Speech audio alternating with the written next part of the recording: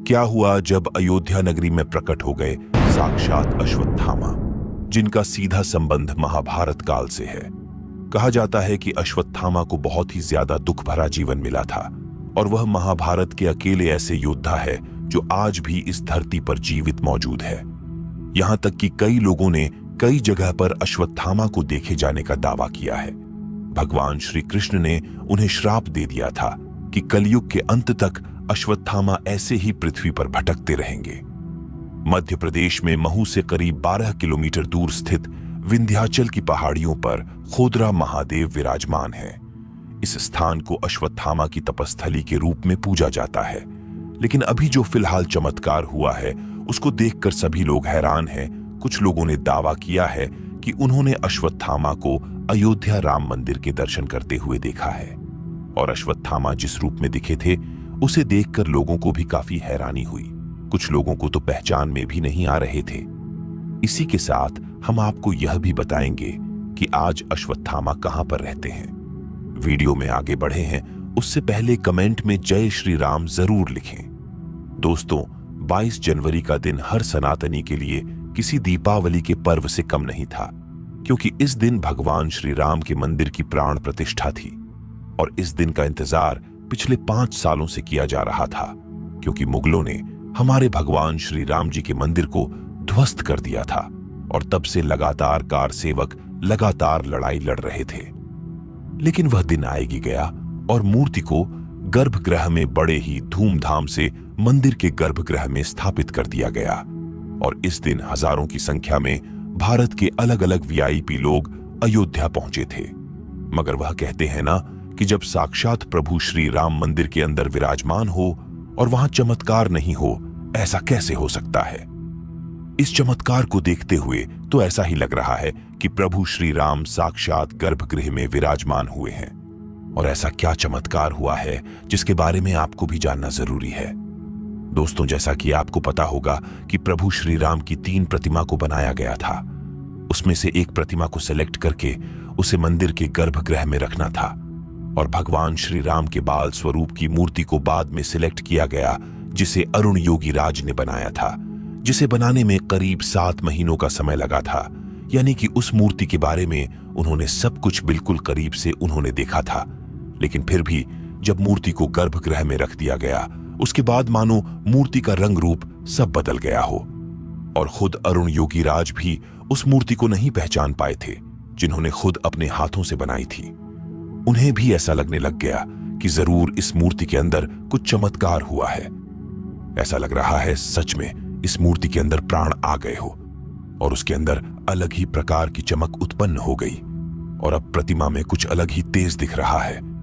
खुद योगी राज ने कहीं मीडिया के सामने कहा कि मैं खुद इस चमत्कार को देखकर हैरान हूं और यह चमत्कार सब प्रभु श्री राम की कृपा से ही हो रहा है और प्रभु श्री राम खुद गर्भगृह में विराजित हो चुके हैं और 23 जनवरी के बाद से वहां पर लोगों की इतनी ज्यादा भीड़ लगी हुई है कि हर दिन हजारों लाखों लोग अयोध्या भगवान श्री राम के दर्शन कर रहे हैं। जैसा कि शुरुआत में आपको बताया कि अश्वत्थामा आज भी इस धरती पर मौजूद है। लेकिन सबसे बड़ा सवाल यह है कि अश्वत्थामा आखिर किस तरह से राम मंदिर में प्रकट हुए जानकर आपके भी होश उड़ जाएंगे। 23 जनवरी को जिस दिन मंदिर का द्वारा आम लोगों के लिए खोला गया, उस दिन करीब 5 लाख श्रद्धालु दर्शन करने पहुंच गए। लेकिन 24 जनवरी को कुछ ऐसा चमत्कार हुआ कि लोग उसे महाभारत के समय से जोड़कर देख रहे हैं। राघव नाम के एक दर्शनार्थी ने हमें बताया कि वह प्रातः काल सुबह जल्दी से राम मंदिर पहुंच गए ताकि वह जल्दी से जल्दी राम लल्ला के दर्शन कर सके। लेकिन सुबह सुबह जल्दी भी वहां पर बहुत ज्यादा भीड़ थी, तो मैं भी भीड़ में साथ साथ आगे बढ़ रहा था। लोगों के मन में बहुत ज्यादा उत्साह था और लोग बहुत ज्यादा मन में खुश होकर भगवान श्री राम के जयकारे लगा रहे थे। तभी राघव ने बताया कि मेरी नजर एक ऐसे दिव्य साधु के ऊपर पड़ी जिनकी आभा बहुत चमत्कारिक थी। ऐसा साधु मैंने तो पहले कभी नहीं देखा था। देखने में उनकी उम्र भी बहुत ज्यादा लग रही थी, लेकिन इतनी उम्र के बावजूद भी उनके अंदर जोश और उत्साह इतना ज्यादा था कि वह जल्दी से जल्दी भगवान श्री राम के दर्शन करना चाहते थे। हाथ में सहारे के लिए एक लाठी पकड़ डटी हुई थी और उसी के सहारे आगे बढ़ रहे थे। मैं काफी लंबे टाइम तक उन साधु को देखता रहा। मेरी नजर उनके ऊपर से हट ही नहीं रही थी। कुछ घंटे तक लाइन में खड़ा रहने के उन साधु महाराज ने भी रामलला के दर्शन अच्छी तरह से कर लिए। उनकी आंखों में बहुत आंसू थे। वह फूट फूट कर रो रहे थे और रामलला से प्रार्थना कर रहे थे। ऐसा लग रहा था कि वह साधु महाराज भगवान श्री राम को बहुत कुछ बताना चाह रहे थे। इसके बाद हम सब लोग बाहर की तरफ आ गए। तब राघव की नजर अचानक से उन साधु महाराज पर पड़ी। वो अपनी लाठी टूट जाने की वजह से वह चढ़ाव पर गिर चुके थे। राघव ने उन्हें संभाला और सहारा देकर उन्हें वहां पर बिठाया और उनसे पूछा कि आप इतनी बुजुर्ग अवस्था में भी आखिर इतना कैसे चल पाते हैं? आप कौन हैं और आपकी आयु कितनी है? जब साधु महाराज ने इन सभी प्रश्नों का जवाब दिया तो राघव भी बिल्कुल हैरान रह गया, क्योंकि उन्होंने जो कहा उस पर राघव को बिल्कुल भी यकीन नहीं हो रहा था। उनका कहना था, मेरी उम्र 3000 साल से भी ज्यादा है और मैं एक श्रापित महाभारत का पात्र हूं। इतने में राघव को अपने दोस्तों की आवाज आई तो उनकी नजर साधु महाराज से हट गई। इसके बाद वहां से साधु कहां गए इसके बारे में राघव को कुछ पता नहीं चला। उसने आसपास बहुत देखने की कोशिश की, लेकिन कहीं पर भी दिखाई नहीं दिए। राघव ने बताया कि यह मेरी जिंदगी का सबसे बड़ा चमत्कार था। हालांकि राघव की बात में कितनी सच्चाई है इस बात की तो हम गवाह नहीं दे सकते, क्योंकि यह केवल राघव की कही गई बातें हैं। लेकिन अब सवाल यह उठता है कि आखिर वह दिव्य साधु कौन थे? अब दोस्तों, राघव की बात से तो एक बात तो साफ है। जिस हिसाब से उन्होंने बताया वह महाभारत के अश्वत्थामा ही हो सकते हैं, जो पिछले 3000 साल से पृथ्वी पर जिंदा है, जिन्हें भगवान श्री कृष्ण ने श्राप दिया था कि कलयुग के अंत तक अश्वत्थामा इस पृथ्वी पर भटकते रहेंगे।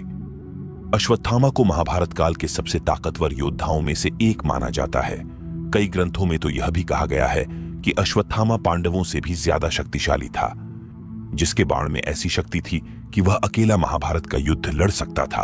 अश्वत्थामा की ताकत का अंदाजा आप इसी से लगा सकते हैं कि अश्वत्थामा कौरव और पांडवों के गुरु द्रोणाचार्य का पुत्र था। इसीलिए गुरु द्रोणाचार्य ने उसे कई ऐसी शक्तियां दी थी जो कौरव और पांडवों के पास भी नहीं थी। पौराणिक शास्त्र में लिखी महाभारत में कहा गया है कि जब पांडवों ने झूठ बोलकर युद्ध में द्रोणाचार्य का वध किया तो अश्वत्थामा अपने पिता द्रोणाचार्य की मौत से इतना ज्यादा आहत हुआ कि उसने पांडवों से इसका बदला लेने की सोची। और महाभारत का युद्ध खत्म हो जाने के बाद अश्वत्थामा ने पांडव पुत्रों की हत्या कर दी, जिसमें यहां अश्वत्थामा से सबसे बड़ी गलती तब हुई जब उसने अभिमन्यु की पत्नी उत्तरा के गर्भ में पल रहे बालक परीक्षित पर ब्रह्मास्त्र चलाकर उसकी हत्या कर दी। क्योंकि इस घटना से भगवान श्री कृष्ण इतने क्रोधित हो गए थे कि भगवान श्री कृष्ण ने अश्वत्थामा को श्राप देते हुए कहा कि जिस तरह तूने एका अजन्मे बालक की हत्या की है, उसका दंड देते हुए मैं तुझे श्राप देता हूं कि तुझे कभी भी मृत्यु नहीं मिलेगी और तू अनंत काल तक पृथ्वी पर यूं ही भटकता रहेगा। लेकिन तुम इस काबिल नहीं होगे कि किसी भी मनुष्य के सामने जा सको, क्योंकि तुम्हारे पूरे शरीर से दुर्गंध आएगी और तुम्हें हमेशा भटकते हुए लोगों से छिपकर जीना होगा। इस दौरान भगवान श्री कृष्ण ने अश्वत्थामा से उसकी सिर में जड़ी चिंतामणि भी ले ली थी। भगवान श्री कृष्ण के ऐसे कड़े वचन और श्राप के कारण माना जाता है कि आज भी अश्वत्थामा इस पृथ्वी पर कहीं भटक रहा है। और कई लोगों ने तो यह दावा भी करते हैं कि उन्होंने अश्वत्थामा को कई जंगलों में देखा है। दोस्तों, अगर यह बात सच है तो आज के समय महाभारत के युद्ध को हुए 5000 सालों से भी ज्यादा का समय हो चुका है।